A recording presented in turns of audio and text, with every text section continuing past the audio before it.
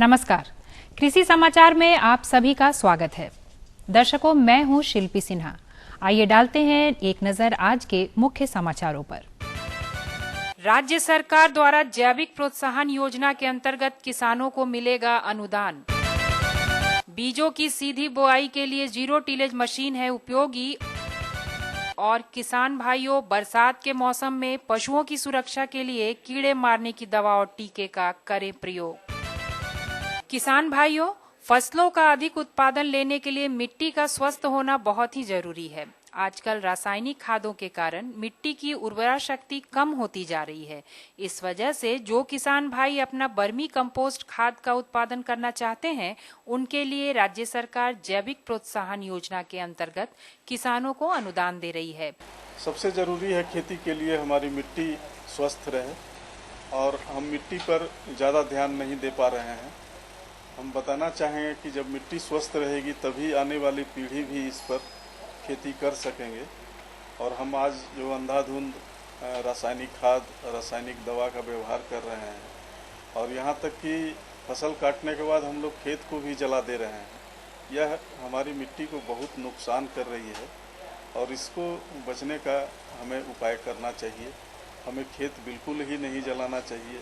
अभी जैसे 2 महीने बाद अब धान की कटनी होगी तो लोग उसके पुआल को खेत में ही जला देते हैं।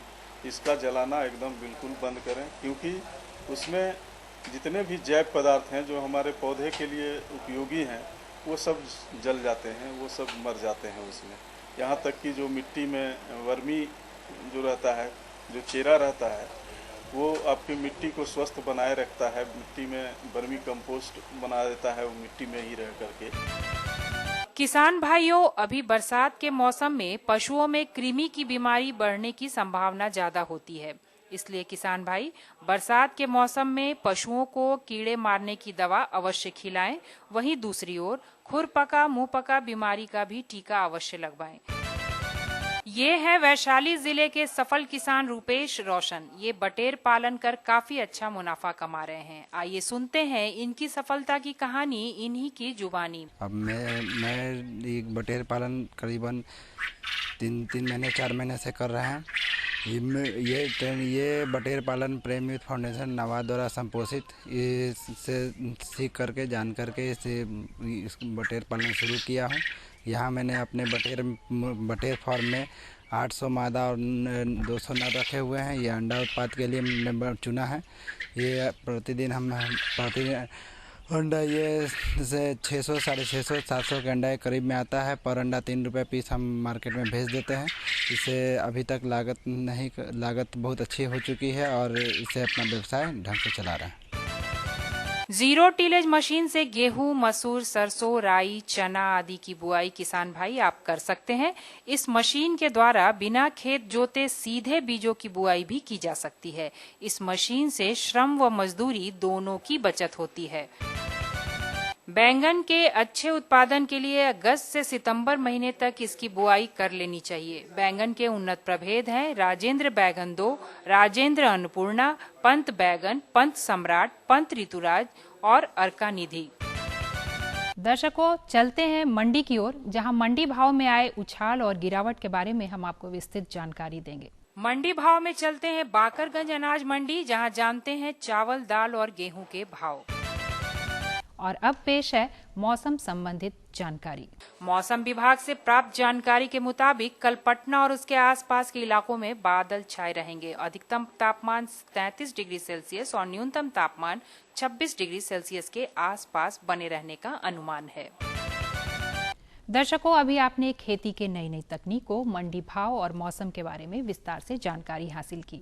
अब हम आपको कृषि दर्शन के अगले सेगमेंट की ओर लिए चलते हैं, जहां हमारे कृषि विशेषज्ञ कृषि आधारित तमाम जानकारियां आपको देंगे। कृषि दर्शन कार्यक्रम देख रहे हमारे सभी किसान भाइयों को राकेश कुमार कश्यप का नमस्कार। किसान भाइयों, बिहार के परिप्रेक्ष्य में यदि हम बात करें तो फलों में कुछ ही फल महत्वपूर्ण है जिसकी पहचान बिहार के पहचान के साथ जुड़ी हुई है। लीची उसमें से एक सबसे महत्वपूर्ण फसल है जिसको पूरे देश में लोग बिहार के लीची के नाम से या कुछ खास मुजफ्फरपुर के लीची के नाम से भी जानते हैं। तो आज हम लोग अपनी परिचर्चा लीची के फसलों के ऊपर ही केंद्रित करेंगे और हम चर्चा करेंगे लीची में नए बागों की स्थापना, पौध की देखभाल के साथ साथ राष्ट्रीय लीची अनुसंधान केंद्र के द्वारा किस तरीके से पहल की जा रही है जिससे कि लीची के बागों का विकास हो सके। और इस पूरी परिचर्चा में हमारे साथ भाग लेंगे राष्ट्रीय लीची अनुसंधान केंद्र मुजफ्फरपुर में जो स्थित है, इसके निदेशक डॉक्टर विशाल नाथ जी। किसान भाइयों, इस पूरी परिचर्चा में हमारे साथ भाग लेंगे डॉक्टर विशाल नाथ, निदेशक हैं राष्ट्रीय लीची अनुसंधान केंद्र मुजफ्फरपुर में। सर, कृषि दर्शन कार्यक्रम में आपका स्वागत है। धन्यवाद। जैसा कि लीची की पहचान बिहार से जुड़ी है और इसके विकास में आप लोगों की बड़ी अहम भूमिका है, तो सबसे पहले जो लीची के नए बागों की आज हम लोग चर्चा कर रहे हैं, नए बागों के स्थापना की बात कर रहे हैं, तो उसकी क्या गति है बिहार के परिदृश्य में और थोड़ा सा बाहर में लीची के नए बागों की स्थापना किस तरीके से हो रही है, किसानों की क्या अभिरुचि है इस फसल के प्रति, उसकी जानकारी हमारे किसान भाइयों। सर्वप्रथम तो मैं किसान भाइयों को बताना चाहूँगा कि लीची जो कि बिहार की एक धरोहर फसल है और बिहार की लीची पूरे विश्व में मशहूर है, उसकी जो संभावनाएं हैं बिहार और बिहार के पड़ोस के राज्यों में और पूरे देश में, उसकी बहुत ही बढ़ोतरी हो रही है। और इसमें विशेष रूप से जो केंद्र हमारा राष्ट्रीय लीची अनुसंधान केंद्र है, वो वैज्ञानिक दृष्टिकोण से लीची को कैसे बेहतर बनाया जाए और किस प्रकार से उसकी ज़्यादा से ज़्यादा पैदावार लिया जाए, इस दिशा में काफ़ी काम कर रहा है। और इसको ध्यान में रखते हुए हमारे यहाँ पर जो लीची से संबंधित नए नए अनुसंधान हो रहे हैं, उसको हम ये प्रयास करते हैं कि सबसे पहले बिहार में और उसके बाद में बिहार से जो समतुल्य जलवायु वाले क्षेत्र हैं, उन क्षेत्रों में इसको पहुँचाया जाए, जिससे वहाँ के किसान इससे ज़्यादा से ज़्यादा लाभ प्राप्त कर सकें। इस दिशा में हमने बहुत सारे इनिशिएटिव्स लिए हैं, बहुत सारे कार्यक्रम शुरुआत किए हैं, जिसमें जो सबसे महत्वपूर्ण है वो है गुणवत्तापूर्ण पौधों का उत्पादन करके और बिहार के साथ साथ अन्य राज्यों में उपलब्ध कराना, जिससे कि वहाँ के किसान इसका लाभ ले सकें। बागों के विकास में, नए बागों के विकास में नए पौध या पौध सामग्री की बड़ी अहम भूमिका होती है। जी। उस दिशा में राष्ट्रीय लीची अनुसंधान केंद्र की क्या पहल है? देखिए, आपने बिल्कुल सही प्रश्न किया कि कोई भी बाग जब लगाते हैं तो पौध सामग्री एक बहुत महत्वपूर्ण विषय हो जाता है। जब कोई फसल लगाते हैं तो उसमें बीज, और जब कोई बाग लगाते हैं तो उसमें पौध।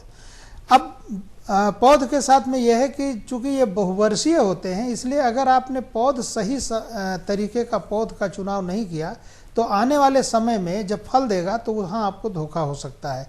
इसलिए किसान भाइयों को मैं विशेष तौर पर यह सलाह देना चाहता हूँ कि पौध का चुनाव बहुत अच्छी तरीके से करें और जो जेन्युइन प्लांट मटेरियल है, जो एकदम बिल्कुल उसका सही प्रकार का जो पौधा है, सही गुणवत्ता का है, उसका चुनाव करें। इस दिशा में मैं बताना चाहूँगा कि जो हमारा राष्ट्रीय लीची अनुसंधान केंद्र है, वहाँ पर जो चुने हुए मदर वृक्ष हैं, जो मातृ वृक्ष हैं, उससे जिनमें की अच्छी गुणवत्ता का फल आता है और जिसके किसी प्रकार से कीड़े और बीमारी नहीं लगे होते हैं, ऐसे मातृ वृक्षों से हम लोग पौधे तैयार करते हैं।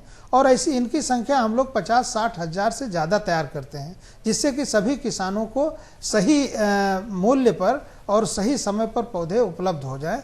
तो ये हम लोगों का एक बहुत बड़ा एक कार्यक्रम है, जिसको हम हर साल इसको चलाते हैं और इससे हमारे राज्य के साथ ही साथ अन्य स्थानों से जो भी किसान भाई हैं, वो इसका लाभ बहुत अच्छी तरीके से ले रहे हैं। किसान भाइयों, वक्त हो चला है एक छोटे से सूचनात्मक अंतराल का।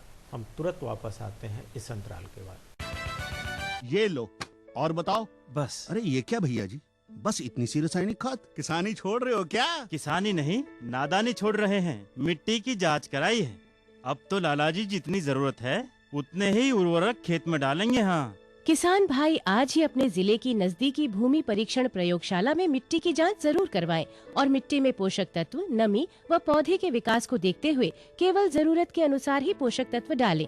और हाँ, मिट्टी में गंधक, जस्ता, बोरोन जैसे सूक्ष्म पोषक तत्वों का पता लगाना भी न भूलें। उर्वरक और जैविक खाद के सही उपयोग से भूमि का उपजाऊपन बनाए रखें, उत्पादकता बढ़ाएं, खर्चा घटाएं और बहुमूल्य विदेशी मुद्रा बचाने में भी सहयोग दें। और हाँ, धीमी गति से नाइट्रोजन उपलब्ध कराने वाले उर्वरकों जैसे नीम लेपित यूरिया को प्राथमिकता दें और यूरिया का पत्तों पर छिड़काव करें। अरे वाह, तू तो सचमुच समझदार हो गया रे। अधिक जानकारी के लिए संपर्क करें जिला कृषि अधिकारी या किसान कॉल सेंटर।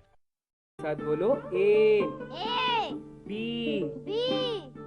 अरे नादान, बच्चे को एबीसी सिखा रहा है। अरे काम धंधे की एबीसी तू कब सीखेगा? ये देख विज्ञापन। तेरे जैसे कृषि विज्ञान सीखे हुए युवाओं के लिए भारत सरकार के कृषि मंत्रालय ने एक योजना बनाई है, ACABC। ACABC? जी हाँ, ACABC यानी एग्री क्लिनिक्स और एग्री बिजनेस सेंटर। इसके तहत कृषि विज्ञान पढ़े युवाओं का चयन होने पर उन्हें मुफ्त ट्रेनिंग दी जाती है और हाँ, अपना कारोबार चलाने के लिए बैंक से लोन भी मिलता है।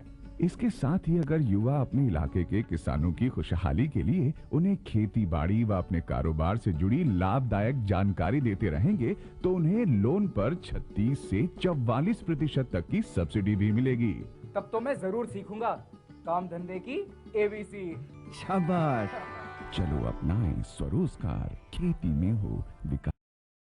इस छोटे से सूचनात्मक अंतराल के बाद आपका फिर से स्वागत है। किसान भाइयों, डॉक्टर साहब ने एक बहुत ही महत्वपूर्ण बात कही कि नए पौधशाला के विकास में, नए बागों के विकास में पौध का बहुत ही महत्वपूर्ण भूमिका होती है। बहुवर्षीय फसल है, जब आप इसके फलन के समय में अगर आपको पता चलता है कि आपके किसी गलती के वजह से आपने पौध रोपण सामग्री का सही चुनाव नहीं कर पाए तो आपको नुकसान होता है। हमारा प्रयास आपके इसी नुकसान को रोकने का है। तो पौध की जो महत्ता बागों के परिदृश्य में है, उसमें लीची अनुसंधान केंद्र के मार्फत से जो मिल रहा है सर, बाजार से जब हमारे किसान भाई लेते हैं और जब आपके यहाँ ले रहे हैं, दोनों के पौध में कौन सी ऐसी मौलिक अंतर है जिसकी वजह से उनको ये ज़्यादा भरोसा आपके यहाँ हो और बाजार वाले में भी वो चीज़ वो देखने का प्रयास करें? जी बिल्कुल, बहुत किसान भाइयों को ये जानना बहुत ज़रूरी होता है कि जो पौध वो ले रहे हैं वो किसी भी जो रजिस्टर्ड पौधशाला होती है, जो पंजीकृत पौधशाला होती है, पहली चीज़ तो वहाँ से लें। दूसरा, एक जो अगर पंजीकृत पौधशाला नहीं है तो शोध संस्थान जहाँ पर हैं, जैसे हमारा राष्ट्रीय लीची अनुसंधान केंद्र है मुजफ्फरपुर में, वहाँ से आप पौधे प्राप्त कर सकते हैं, या कृषि विज्ञान केंद्र में जो हमारे हैं पौधशालाएँ हैं, या विश्वविद्यालय में जो पौधशालाएँ हैं वहाँ से आप पौधे प्राप्त करें, चूँकि वो पौधे उच्च गुणवत्ता के और सही होते हैं। अब आप प्रश्न आता है कि बहुत सारे किसान भाई जो बहुत दूर नहीं जा पाते हैं और जो नज़दीक में उनको पौध बिक्री केंद्र मिलते हैं, उनमें जो है तो वो प्रयास करते हैं कि हम वहीं से पौधे ले लें। उसमें 2-3 मेजर बातें होती हैं मुख्य तौर पर। पहला तो यह है कि किसान भाई चाहते हैं कि बड़े से बड़ा पौधा लें। हम किसान भाइयों को बता देना चाहते हैं कि पौधा जितना ऊपर बड़ा होता है उतना ही उसकी जड़ नीचे होती है। अब अगर पौधा आपका ऊपर में 4 फीट 5 फीट का है और नीचे जड़ आपकी आधा फीट या 1 फीट की है, तो आप समझ सकते हैं कि पौधों में जड़ों का विकास किसी न किसी तौर पर बाधित हुआ है।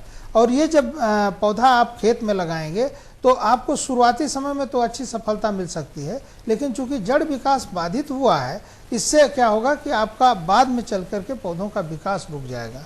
दूसरी जो सबसे बहुत महत्वपूर्ण बात है कि जो पौधे बहुत बड़े होते हैं उनको आपको बहुत दूर दूर पर लगाना पड़ता है। अब आजकल ज़मीन सीमित होती जा रही है और नई तकनीक जो उच्च घनत्व के पौधों को लगाने की हो गई है, जिसमें हम हाई डेंसिटी प्लांटिंग कहते हैं, उसमें हम प्रयास करते हैं कि 5 से 6 मीटर की दूरी पर, लीची के केस में 6 मीटर की दूरी पर लगाएं, जबकि अगर आपका बड़ा पौधा होगा तो आपको उसको 10 मीटर की दूरी पर लगाना पड़ेगा। तो उससे उसका छत्रक विकास वगैरह सही तरीके से नहीं हो पाता है। इसलिए हम किसान भाइयों को यह सलाह देंगे कि जब पौधे वो चुनाव करें या खरीदें तो ये देखें कि पौधों की जड़ें कटी नहीं हुई हों, पौधे 1 से 1.5 साल के ही पुराने होने चाहिए, उनके ऊपर का हिस्सा कम से कम जो 2 फीट से 3 फीट के अंदर होना चाहिए।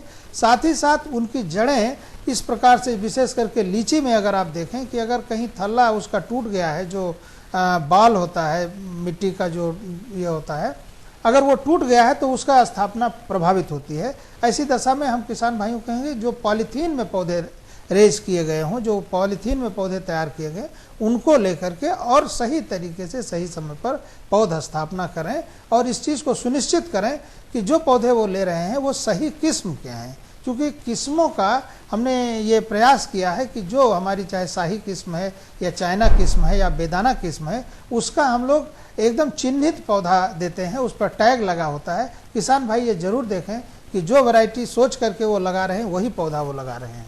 किसान भाइयों, वक्त हो चला है एक छोटे से सूचनात्मक अंतराल का।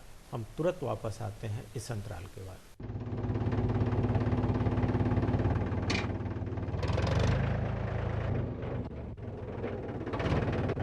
अरे हरकू वाह, बीज, कीटनाशक और आज खाद भी। अरे इतना खर्चा कहाँ से? अरे खर्च की चिंता किसे है, मेरे पास है ये किसान क्रेडिट कार्ड। कार्ड? अरे बैंकों द्वारा जारी इस कार्ड से किसान उसकी सीमा तक की रकम कभी भी बैंक से निकलवा सकता है और खेती बाड़ी की सामग्री कभी भी खरीद सकता है। कर्ज के झंझट से भी छुटकारा और तो और बिजली के बिलों का भुगतान, डीजल इससे खरीदना और आसान हो गया है। तो हर को भैया एक कार्ड मेरे लिए भी। किसान क्रेडिट कार्ड के लिए नजदीकी बैंक से संपर्क करें और पाएं ढेर सारे लाभ। यूरिया का स्वदेशी उत्पादन 70 लाख टन बढ़ाने के लिए 6 उर्वरक संयंत्रों का उद्धार किया जा रहा है। FCIL के गोरखपुर, सिंदरी, तलचर और रामागुंडम संयंत्र, HFCL की बरौनी इकाई और BVFCL की नामरू फोर्थ। सोने पर सुहागा ये है कि देश में अब बनेगा सिर्फ नीम लेपित यूरिया, क्योंकि इससे होगा किसानों का फायदा ही फायदा। अनाज का उत्पादन 10% तक बढ़ेगा, बढ़ेगी 10 से 15% नाइट्रोजन क्षमता। किसान भाइयों, डॉक्टर साहब ने कुछ बहुत ही महत्वपूर्ण बातें कही जो आपके लिए जानना जरूरी है। और जब आप किसी भी नए बाग के लिए मानसिक रूप से अपनी तैयारी करते हैं तो पौध सामग्री जो है वो सबसे महत्वपूर्ण चीज़ है। शुरुआती दौर में ही अगर कोई गलती हो जाती है तो उसका नुकसान लंबे समय तक आपको उठाना पड़ता है। एक जो सबसे अहम बात इन्होंने कही कि सामान्य रूप से जब आप जाते हैं नर्सरी में तो देखते हैं कि पौधे कितने बड़े हैं। आज की इस वार्ता से आप यह जानें कि पौधे की जमीन के ऊपर जितना बड़ा है, क्या जमीन के नीचे भी उतना ही बड़ा है, अर्थात उसकी जड़ें क्या विकसित हैं। अगर जड़ विकसित नहीं है किसी किन्हीं कारणों से, कारण कई हो सकते हैं, जगह का कम होना, तरीके से पौध का रख रखाव नहीं होना, पोषक तत्वों का नहीं दिया जाना, इस तरह के बहुत सारे अनेकों कारण हैं। आज की कृषि पूरी तकनीक पे आधारित है, जहाँ पे आपको हर तरीके से सजग रहने की ज़रूरत है। बाग का निर्माण कई वर्षों के लिए किया जाता है, ये बहुवर्षीय फसल है, तो हम चाहते हैं कि आप इन सारी बारीकियों को जानें। अन्यथा आपके किसी भी एक छोटी सी जानकारी के अभाव में अगर नुकसान होता है तो हमें आपको यह नुकसान से रोकना है। डॉक्टर साहब, जो इतनी सारी चीज़ें आप बता रहे हैं, अभी तक तो किसान भाई जाते हैं नर्सरी में गए, जो नर्सरी वाला दे दिया वो ले लिए, न तो मातृ वृक्ष की जानकारी होती है, न जड़ों के विकास के विषय में हमको लगता है बहुत सचेत होते हैं। इन पूरी तकनीकी विधाओं को अगर वो जानना चाहें तो राष्ट्रीय लीची अनुसंधान केंद्र मुजफ्फरपुर उनको कैसे मदद करेगा? देखिए, राष्ट्रीय लीची अनुसंधान केंद्र जो मुजफ्फरपुर के मुशहरी ब्लॉक पर स्थित है, ये भारतीय कृषि अनुसंधान परिषद द्वारा विशेष रूप से लीची पर अनुसंधान और लीची से जुड़े हुए किसानों को किस प्रकार से इसका लाभ पहुंचाया जाए, इसके लिए स्थापित किया गया है। यह केंद्र मुख्य रूप से किसानों के चाहे पौध से लेकर के और उनके उत्पादन में आने वाली कठिनाइयों, इस पर शोध कर रहा है और शोध करके इसको उनके समस्याओं का समाधान करने का प्रयास कर रहा है।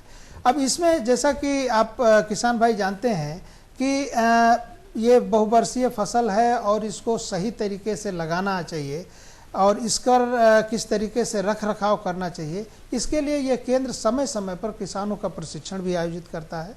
और हम ये बता देना चाहते हैं कि अभी जो ये समय चल रहा है, विशेष करके जुलाई से लेकर के और सितंबर अक्टूबर तक का जो समय होता है, ये बहुत ही बढ़िया समय होता है लीची के पौध लगाने के लिए। इस समय हमारा ये प्रयास होता है कि हम किसानों को उच्च गुणवत्ता के पौधे सही कीमत पर वहीं पर उपलब्ध कराएं और साथ ही साथ उनको उससे जुड़ी हुई तमाम जानकारियां उनको दें, जिससे कि वो अपने खेत पर जा करके उसका पूरा लाभ ले सकें। जैसे विशेष रूप से मैं बताना चाहूँगा कि किसान भाइयों को अगर बाग की स्थापना करनी है तो गड्ढे की तैयारी उनको जून जुलाई से ही शुरू कर देनी चाहिए थी, और उसमें जो है जब अच्छे भरावन मिश्रण के साथ में गड्ढे को भर करके और अगस्त के महीने में जब बारिश एक दो बार हो जाती है, जुलाई अगस्त के महीने में उसमें पौधरोपण करके देना चाहिए।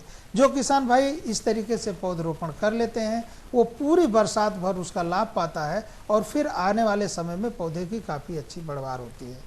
अब कुछ किसान भाइयों के पास में पौधे 1 साल के पुराने होंगे, उनको हम लोग ये ट्रेनिंग देते हैं, ये प्रशिक्षण देते हैं कि पुराने जो 1 साल के पौधे हैं उनको किस तरीके से ढांचा निर्माण करें, किस तरीके से उसमें हम काट छांट करें, जिससे कि पौधे का एक अच्छा छत्रक विकास हो जो आने वाले तीसरे चौथे वर्ष में अच्छा फलत दे सके। साथ ही साथ उसमें लगने वाले कीड़े मकोड़े, उसमें क्या खाद की मात्रा होनी चाहिए, पानी कब कब देना चाहिए, किस प्रकार से देना चाहिए, उसमें पलवार या मल्चिंग करने के बाद में जिससे खरपतवार नियंत्रित हों, उसमें अंतर फसल क्या क्या लगाएं, कब कब लगाएं, किस तरीके से लगाएं, ये सारी विषयों पर हम किसानों को जानकारी देते हैं और उनको हम इसके बारे में प्रशिक्षण देते हैं। मैं किसान भाइयों से अनुरोध करना चाहूँगा कि जब कभी आप मुजफ्फरपुर आएँ तो आप राष्ट्रीय लीची अनुसंधान केंद्र जरूर आएँ। वहाँ पर आप जो हमारी प्रदर्शनी है उसमें देखें, जो खेत में है उसको देखें, वैज्ञानिकों से बातचीत करें और वहाँ पर अपने सारी शंकाओं का समाधान करें, जिससे कि लीची की बागवानी आपके लिए एक लाभप्रद हो और आप देश विदेश में लीची की फसल बिहार से, विशेष करके जो हमारे उत्तर बिहार से जहाँ पर इसकी यह ज़्यादा उत्पादन हो रहा है, वहाँ से लोगों को अच्छी गुणवत्ता की लीची उपलब्ध कराएं। इसके लिए आप सभी लोगों का राष्ट्रीय लीची अनुसंधान केंद्र में हमेशा स्वागत है और जब भी आप आएँ हमारे नंबर्स आपको मिल जाएंगे और उससे आप जो है कांटेक्ट करके भी आ सकते हैं, हमारे वैज्ञानिकों से बात करके अपनी शंका का समाधान कर सकते हैं। तो किसान भाइयों, आज के इस वार्ता से जो सबसे महत्वपूर्ण जानकारी हमें लगता है कि आपको मिली कि लीची जैसे महत्वपूर्ण फसल के पौध लेने से लेकर उसके फल के टूटने तक, बाजार में जाने तक, हर जगह आजकल नई तकनीकों का समावेश हो गया है। डॉक्टर साहब ने कुछ बातें कही, सघन बागवानी कही, पौध सामग्रियों का चयन कहा, छत्रक प्रबंधन कहा। ये ऐसे विषय हैं जिस पे एक पूरी वार्ता होती है और प्रशिक्षण होता है। हम आपसे यही चाहेंगे कि आप डॉक्टर साहब से मिलें और उनसे उनके तकनीकी प्रशिक्षणों का लाभ लें, तभी जाकर आप एक पूर्ण तरीके से लीची की खेती कर सकते हैं। डॉक्टर साहब आज आप आए और हमको लगता है जिन विषयों को आपने बताया, और किसान भाई अगर इस कार्यक्रम को देख रहे होंगे तो निश्चित ही आपके पास संपर्क करेंगे और हमको लगता है कि बिहार में लीची अनुसंधान केंद्र की होने की लाभ भी उनको मिलेगा। तो कृषि दर्शन में आने के लिए आपका बहुत बहुत धन्यवाद। बहुत बहुत धन्यवाद।